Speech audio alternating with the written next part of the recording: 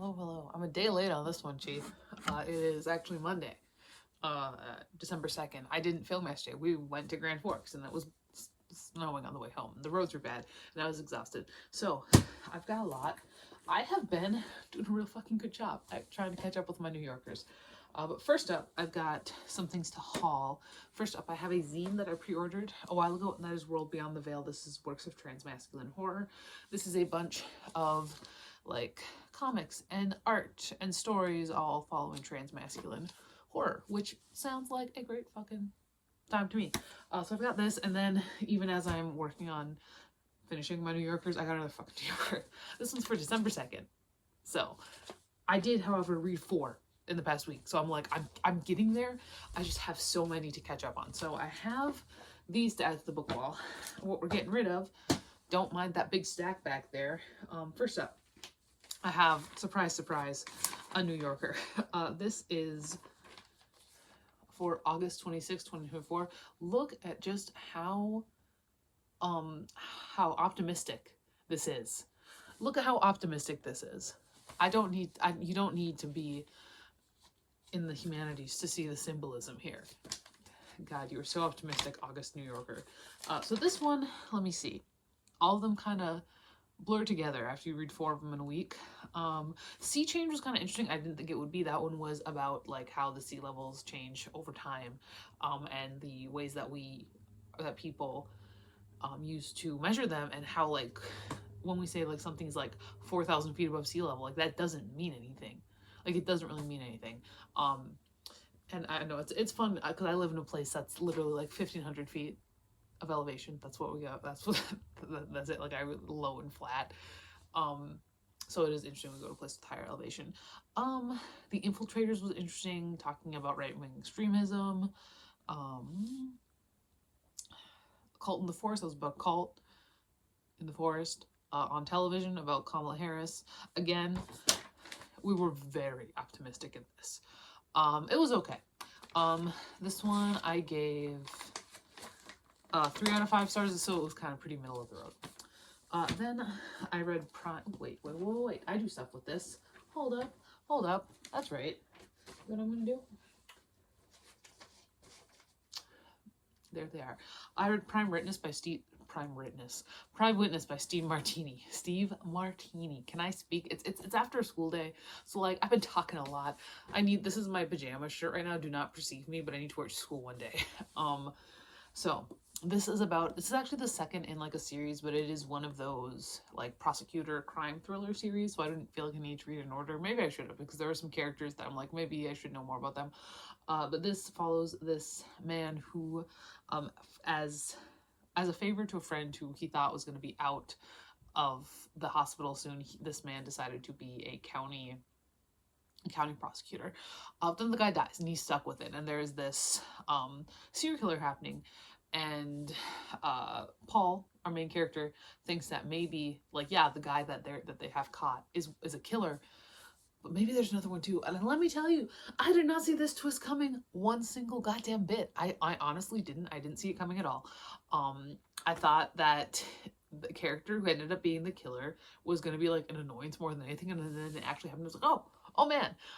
There were some fun characters in here that made me kind of want to pick up the first book. Mostly I'm talking about Harry. Is his name Harry? I think it's like Harry Hines. That doesn't sound... Yeah, it's Harry Hines. That's just a dumb name. Because he is like constant, like from what we get about him in the beginning of the book, like before it kind of disappears forever, he's like constantly like in jail for contempt of court as a lawyer, and I think that's hilarious, and I want to know more about him. I want to know more about that man. But no, I gave this one, I believe, a 4 out of 5. It was better than I thought it was going to be. I thought the character arc was interesting. They were all charming enough characters, even if they were kind of basic and you kind of knew like what the man was doing with them. It was a fun time. 4 out of 5. All right. Then I read another New Yorker. That's going to be a theme here. This is for September 2nd. This one I really, really, really liked. This one, I feel like New Yorkers, like, they're all going to be really well written. But sometimes, like, the topics hit you more than other times. And this time, the topics really hit me. So The Last Day, which was about a bunch of, like, school closures and stuff like that. And as a teacher, that's something that's interesting to me. Bunker Mentality is about people who build bomb shelters and bunkers. And the interesting thing about this one was that there was a couple in Langdon, North Dakota that they talked to, and Langdon is like not that far away. Like I'm like, I know about Langdon, so that was fun. Again, the life of the party, another political one pre-election that is super super optimistic. So there was a like a memoir section from Al Pacino, which was super fun. I really enjoyed doing that. I really liked hearing about him growing up and about his friends and all that. That was super fun for me. Yeah, no. The I don't know that the critical stuff, the critics wasn't as interesting to me, but like our main articles were all super super fun. And I gave this one a 4.5 out of 5. At some point, I kind of want to take all my New Yorkers and like rip out all the articles and poems that I really liked and like put them in like a binder or something, because I feel dumb keeping all of these. But like there are some stories in there that I really wouldn't want to lose. So I think that might be a summer project, or maybe if I'm feeling up to it, a winter break project. All right, then I read Captive by Jex Lane. So this is a erotica monster paranormal situation. We follow this guy Matthew, what's his last name? Callahan. Matthew Callahan, and he's been a vampire for 7 years. And he just like kills people a bunch. But one day he runs into these incubi, and I think it's like there's this war between the incubi and the vampires, and there's also like there's dragons and there's witches and there's hunters, there's werewolves, there's everything, there's shifters, and Matthew ends up becoming captured by these incubi and turned, so because they kind of want to turn him into like basically like an object of war, because he's special, he's different, he's unique. It was fine. It was honestly, the world building really bogged it down sometimes, because you could tell the author didn't really know how to do the world building, but goddamn were they trying. And so that kind of that bogged it down. Sometimes. Matthew, I think, sleeps with everybody he lays eyes on. There's a lot of that. And I'm like, I knew what I was getting into with this. I knew that was going to happen. Overall, it was pretty meh. I give it 3 out of 5 stars. Another New Yorker. It's never stopping. This one was fine. This is for September 23rd. And so I think the highlights in this one were... What were the highlights? Joyride was kind of fun. That was about cycling and about a guy who makes bikes, and makes really like traditional bikes, not like racing bikes, but bikes that are like traditional, like I said.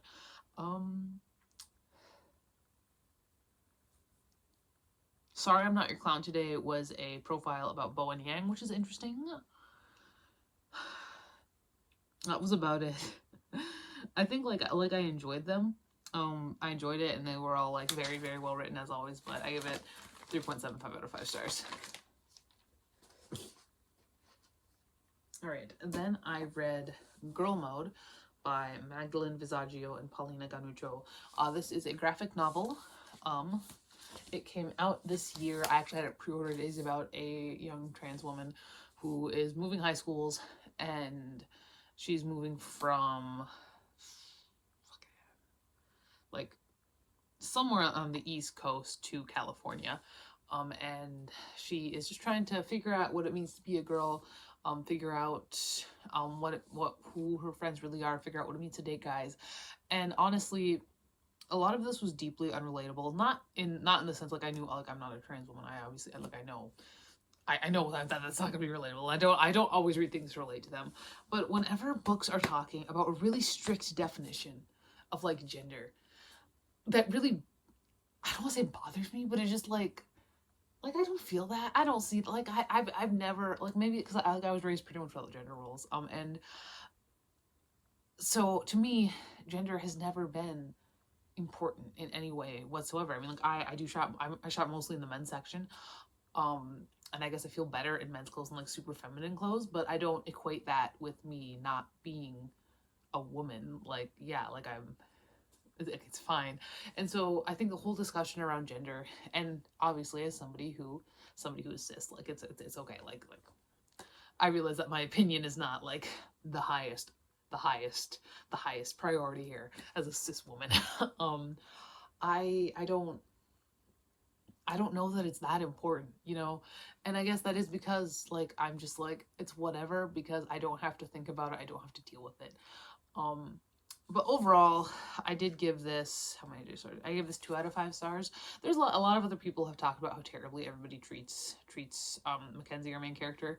No, yeah, not Mackenzie. Main character's not Mackenzie. Phoebe's the main character. They treat Mackenzie pretty poorly too. Treat Phoebe, the main character, and that's also true. They do treat her pretty poorly. This book does not have a very high opinion of men, and I think I understand what the author is trying to do, and I realize that there are a ton of books about cisgender girls going through kind of this exact same thing, like whether they're kind of like a plain Jane, and then they become hot, and then boys are like, blah, blah, blah, and they're terrible, blah, blah, blah. But like, did we need another one? You know, like just because the main character's transgender does not mean that the story becomes valuable. So I gave it 2 out of 5 stars. That was a waste of a pre-order, which is a little mean, but that's how I feel. Okay, another New Yorker, last New Yorker, I fucking promise. October 28th, 2024. So this one I gave 3.75 out of 5. Felt about the same as about it as I did the last one. Our standouts here, I did like the Charleston Rumors this time. It was called Parent Teacher Conference. And as a teacher, I thought that was pretty funny. So it's basically like, the teacher is aware that like everything that she ever sees is done by parents, and like she's really worried about this one parent because like the work is subpar. It was pretty funny. It's Pivotal Seminal Rare, which is about a rare book dealer. That was a fun one.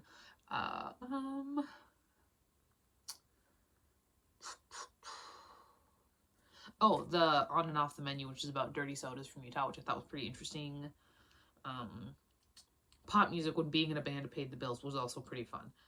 So that was a good time. I'm gonna put it over that one. And then finally, yesterday I did finish up Psycho by Robert Bloch. And this was fun. Like, I've seen the movie. I kind of wish I hadn't seen the movie, because I feel like, yes, I would have absorbed the twist, I'm sure, somewhere along the line, but this genuinely was the movie beat for beat. The only little differences were like, instead of being cute, Norman Bates is a fat loser. And Marion Crane is Mary Crane. That's basically it.